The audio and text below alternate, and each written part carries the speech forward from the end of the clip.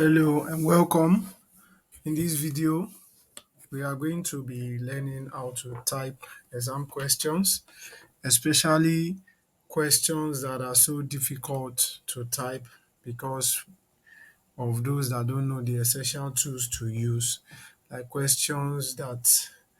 But before we go into that, um, my name is Moibudin Okunu, e-coach. That is coaching of teachers on um, how to make use of the latest IT knowledge or skills in order to help your work better. So it's not only on area of typing exam questions, even in the area of calculation of scores, um, and other useful softwares and some resources that will make teaching and learning very, very easy for us. So for today, the course is on typing examination questions made easy, especially for questions that have images and shapes and other elements that looks so difficult, but they are actually not difficult. They are so simple to use. So let's delve into what we are going to be looking at in this course. Okay, we are going to be looking at tools like the text, okay, um, which majority of us that uses phone to type, you can actually easily type on your system, even on your phone app, you can type exam questions that has just text. Okay, we are going to be looking at example of that very soon. How to use lines, okay, and the formatting of lines, shape, table, image, how you can import your images in your exam questions, and how to use the text box. This is very, very, very, very important. Okay, they are all very, very necessary. So let us quickly go into how to um, do all this in our exam. So the first one is text. As you can see this question here, okay, inputting this text is very, very, very simple. So I'll do that by repeating what is here. When I press enter, we have number 2, and I'm going to repeat what is in number 1, which is to write. Shift W is to make it capital letter. Write capital and small letter A to Z. Okay.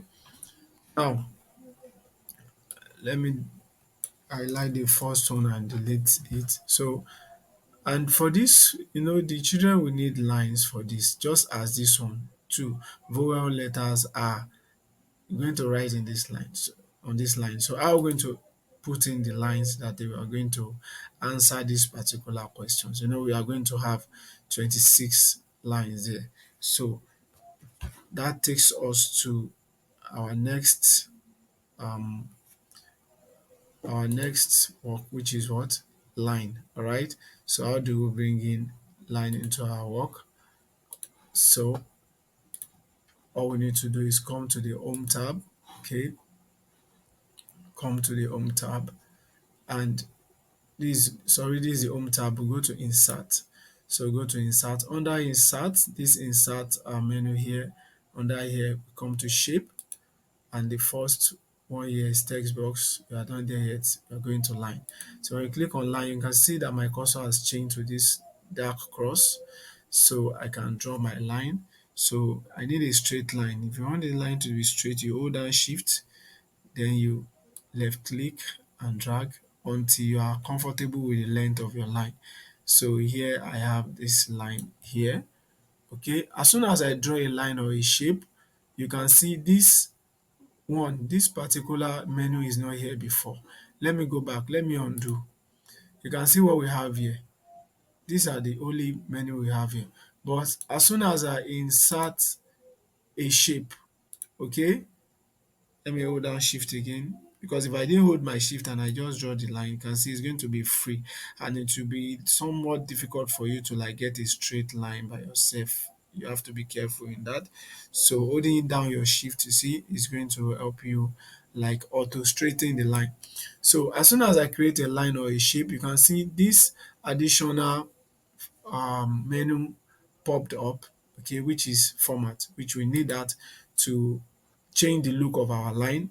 You can have these styles that are already laid down for you here to choose how thick you want your line to be. But if you don't want that, you can actually uh, come to the shape outline here, okay, and choose a color which is black, and you can go back there, and under this menu here we have the width of the line, okay, the outline, okay. You can see as I change that, you can see what is happening to that line. So I think I'm okay with this. Okay, here we have our line. So I need to make that smaller.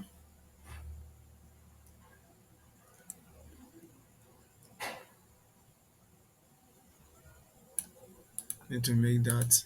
So I need to now duplicate it now. Okay, to duplicate, you right click and drag, or you simply press Ctrl D on your keyboard. Ctrl D. You can see it duplicates, and you align it here. Ctrl D. See that? So you keep duplicating with Ctrl D.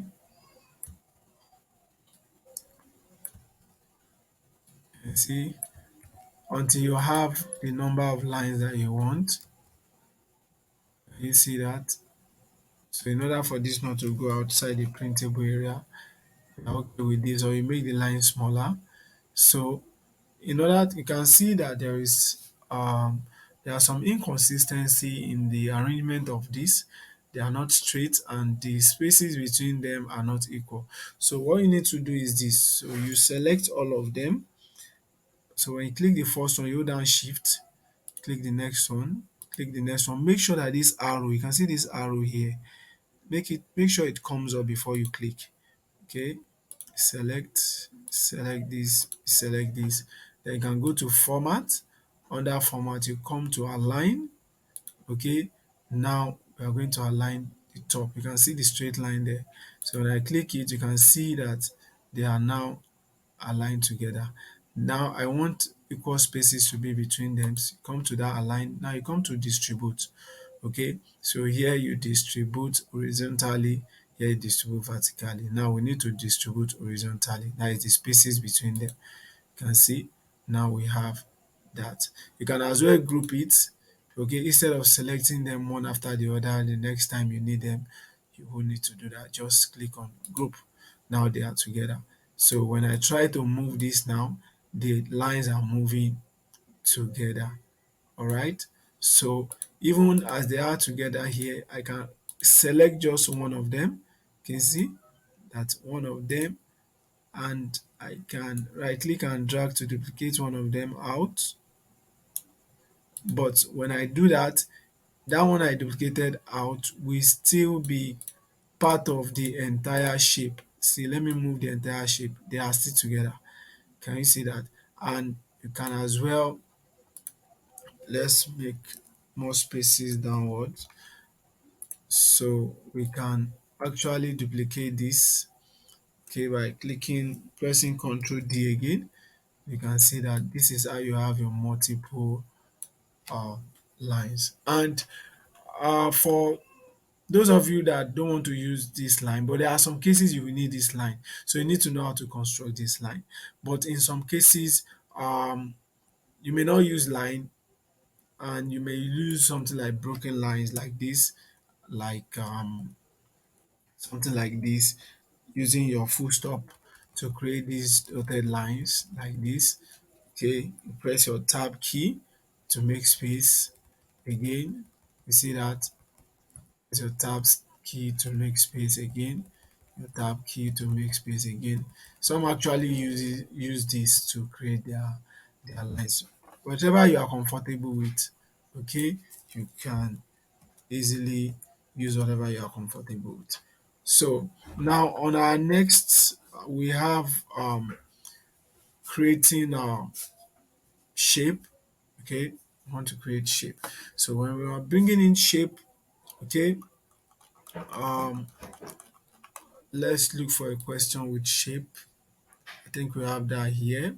So you can see this question says underline the correct name for the shapes. Okay, for this shape. Now here we have a circle and the option A. Sorry, this is not correct. The option B should be the correct answer in this particular question.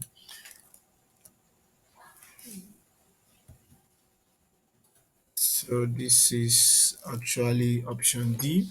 Now, um, to bring this circle in here, okay, you go to insert, okay, under shapes where we actually created our line the other time. So you can see we have different shapes here. We have the rectangle, we have the ellipse shape, okay, you have this. So this one we need now. So when you click on this, is the oval shape, okay. If you just click and drag, it's going to be free, and you'll be trying to like create a perfect circle with your hand. So in order not to give you stress in creating a perfect circle, you just need to hold down shift. Now I'm not holding down shift, look at what happened. But as soon as I press shift, you can see it's going to automatically make it a perfect shape. Okay, now I can now leave my mouse. There I have my circle. Okay, there I have my circle. If I want to squeeze it down, I need to hold down my shift again to make sure that now you can see the format has come again. Okay, so what you can do here, you can see we have shape fill. Fill means the color of inside that shape. You can see when I change this to orange, you can see what happens to the fill.